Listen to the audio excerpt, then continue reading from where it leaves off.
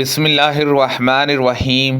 ایک صحابی رسول کریم صلی اللہ علیہ وسلم کی خدمت میں حاضر ہوا اور عرض کی، یا رسول اللہ صلی اللہ علیہ وسلم، میں تو تباہ ہو گیا۔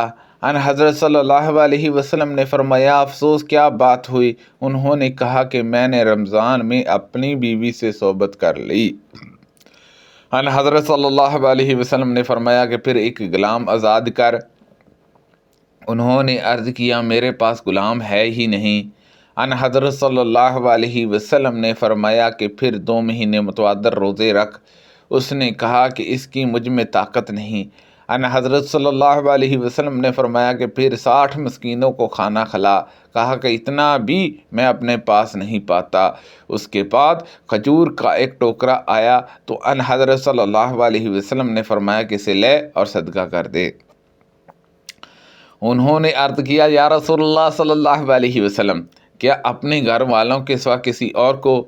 اس ذات کی قسم جس کے ہاتھ میں میری جان ہے، سارے مدینے کے دونوں تانبوں یعنی دونوں کناروں میں مجھ سے زیادہ کوئی محتاج نہیں۔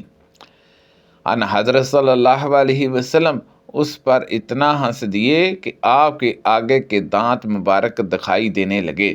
فرمایا کہ جاؤ، تم ہی لے لو۔ اوزاری کے ساتھ اس حدیث کو یونس نے بھی ظاہری سے روایت کیا۔ ایک دیہاتی نے کہا، یا رسول اللہ صلی اللہ علیہ وسلم، ہجرت کے بارے میں مجھے کچھ بتائیے۔ اس کی نیت ہجرت کی تھی۔ ان حضرت صلی اللہ علیہ وسلم نے فرمایا، تجھ پر افسوس، ہجرت کو تو نے کیا سمجھا ہے؟ یہ بہت مشکل ہے۔ تمہارے پاس کچھ اونٹ ہیں؟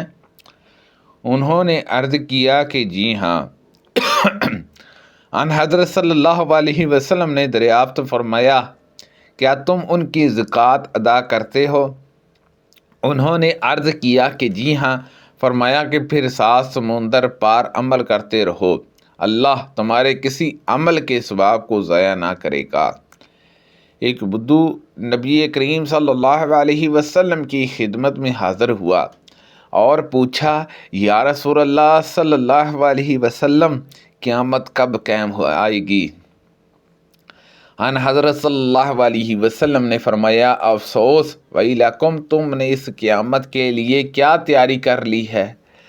انہوں نے عرض کیا کہ میں نے اس کے لیے تو کوئی تیاری نہیں کی، البتہ میں اللہ اور اس کے رسول سے محبت رکھتا ہوں۔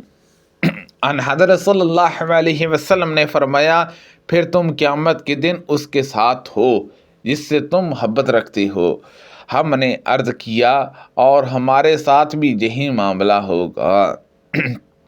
فرمایا کہ ہاں، ہم اس دن بہت زیادہ خوش ہوئے۔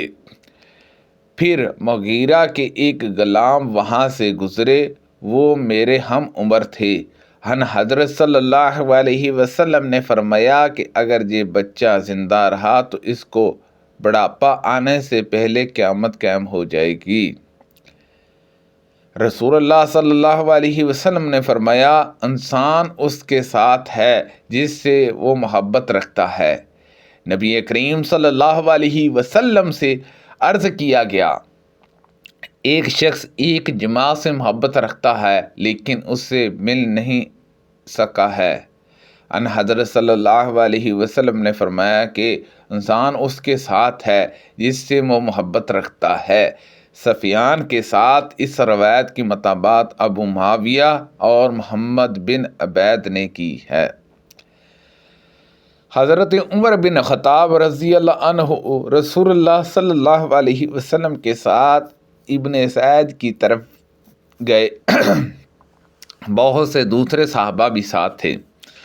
ان حضرت صلی اللہ علیہ وسلم نے دیکھا کہ وہ چند بچوں کے ساتھ بنی مغالہ کے قلعے کے پاس کھیل رہا ہے۔ ان دونوں ابن زیاد بلوغ کے قریب تھا۔ ان حضرت صلی اللہ علیہ وسلم کی آمد کا اسے احساس نہیں ہوا، یہاں تک کہ آپ نے اس کی پیٹھ پر اپنا ہاتھ مارا۔ پھر فرمایا، کیا تو گواہی دیتا ہے کہ میں اللہ کا رسول ہوں؟ اس نے ان حضرت صلی اللہ علیہ وسلم کی طرف دیکھ کر کہا، میں گواہی دیتا ہوں کہ آپ امموں کے یعنی عربوں کے رسول ہیں۔ پھر ابن زیاد نے کہا کیا آپ گواہی دیتی ہیں کہ میں اللہ کا رسول ہوں؟ ان حضرت صلی اللہ علیہ وسلم نے اس پر اسے دفع کر دیا اور فرمایا میں اللہ اور اس کے رسول پر ایمان لایا۔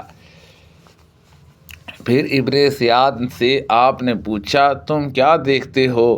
اس نے کہا کہ میرے پاس سچا اور جھوٹا دونوں آتے ہیں۔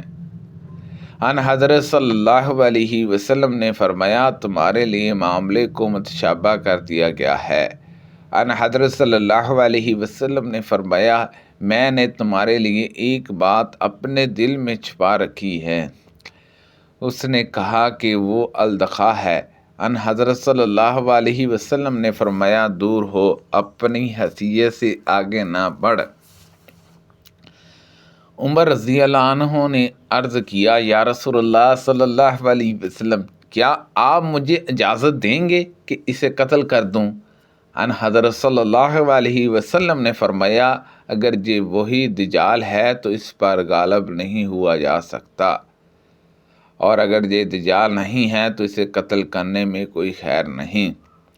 اس کے بعد رسول اللہ صلی اللہ علیہ وسلم ابی بن کعب انصاری رضی اللہ عنہ کو ساتھ لے کر اس کھجور کے باغ کی طرف روانہ ہوئے جہاں ابن زیاد رہتا تھا۔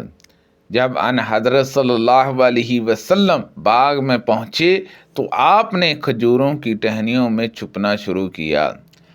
ان حضرت صلی اللہ علیہ وسلم چاہتے تھے کہ اس سے پہلے کہ وہ دیکھے چھپ کر کسی بہانے ابن زیاد کی کوئی بات سنے۔ ابن زیاد ایک مخملی چادر کے بستر پر لیٹا ہوا تھا اور کچھ گنگنا رہا تھا۔ ابن زیاد کی ماں نے ان حضرت صلی اللہ علیہ وسلم کو کھجور کے تنوں سے چھپ کر آتے ہوئے دیکھ لیا اور اسے بتا دیا کہ اے صاف، یہ اس کا نام تھا، محمد صلی اللہ علیہ وسلم آ رہے ہیں۔ چنانچہ وہ متنابہ ہو گیا۔ ان حضرت صلی اللہ علیہ وسلم نے فرمایا کہ اگر اس کی ماں اسے متنابہ نہ کرتی تو بات صاف ہو جاتی۔ نبی کریم صلی اللہ علیہ وسلم نے فرمایا عہد توڑنے والے کے لیے قیامت میں ایک جھنڈا اٹھایا جائے گا اور پکار دیا جائے گا کہ یہ فلاں بن فلاں کی دغا بازی کا نشان ہے۔ نبی کریم صلی اللہ علیہ وسلم نے فرمایا تم میں کوئی شخص یہ نہ کہے کہ میرا نفس پلیت ہو گیا ہے، بلکہ یہ کہے کہ میرا دل خراب یا پریشان ہو گیا۔ رسول اللہ صلی اللہ علیہ وسلم نے فرمایا اللہ تعالیٰ فرماتا ہے کہ انسان زمانے کو گالی دیتا ہے، حالانکہ میں ہی زمانہ ہوں، میرے ہی ہاتھ میں رات اور دن ہے۔ وہ اور ابو طلحہ نبی کریم صلی اللہ علیہ وسلم کے ساتھ مدینہ منورہ کے لیے روانہ ہوئے۔ ام المومنین حضرت صفیہ رضی اللہ عنہا ان حضرت صلی اللہ علیہ وسلم کی سواری پر آپ کے پیچھے تھی۔ راستے میں کسی جگہ اونٹنی کا پاؤں پھسل گیا اور ان حضرت صلی اللہ علیہ وسلم اور ام المومنین گر گئیں۔ حضرت انس رضی اللہ عنہ نے بیان کیا کہ میرا خیال ہے ابو طلحہ نے اپنی سواری سے فوراً اپنے آپ کو گرا دیا اور ان حضرت صلی اللہ علیہ وسلم کی خدمت میں پہنچ گئے اور عرض کیا یا نبی اللہ صلی اللہ علیہ وسلم، اللہ آپ پر مجھے قربان کرے، کیا آپ کو کوئی چوٹ آئی؟ ان حضرت صلی اللہ علیہ وسلم نے فرمایا کہ نہیں، البتہ عورت کو دیکھو۔ چنانچہ حضرت ابو طلحہ رضی اللہ عنہ نے کپڑا اپنے چہرے پر ڈال لیا، پھر ام المومنین کی طرف بڑھے اور اپنا کپڑا ان کے اوپر ڈال دیا۔ اس کے بعد وہ کھڑی ہو گئی اور ان حضرت صلی اللہ علیہ وسلم اور ام المومنین کے لیے ابو طلحہ نے پلان مضبوط باندھا۔ اب آپ نے سوار ہو کر پھر سفر شروع کیا۔ جب مدینہ منورہ کے قریب پہنچے، یا یوں کہا کہ مدینہ دکھائی دینے لگا، تو ان حضرت صلی اللہ علیہ وسلم نے فرمایا کہ ہم لوٹنے والے ہیں، توبہ کرتے ہوئے، اپنے رب کی عبادت کرتے ہوئے اور ان کی حمد بیان کرتے ہوئے۔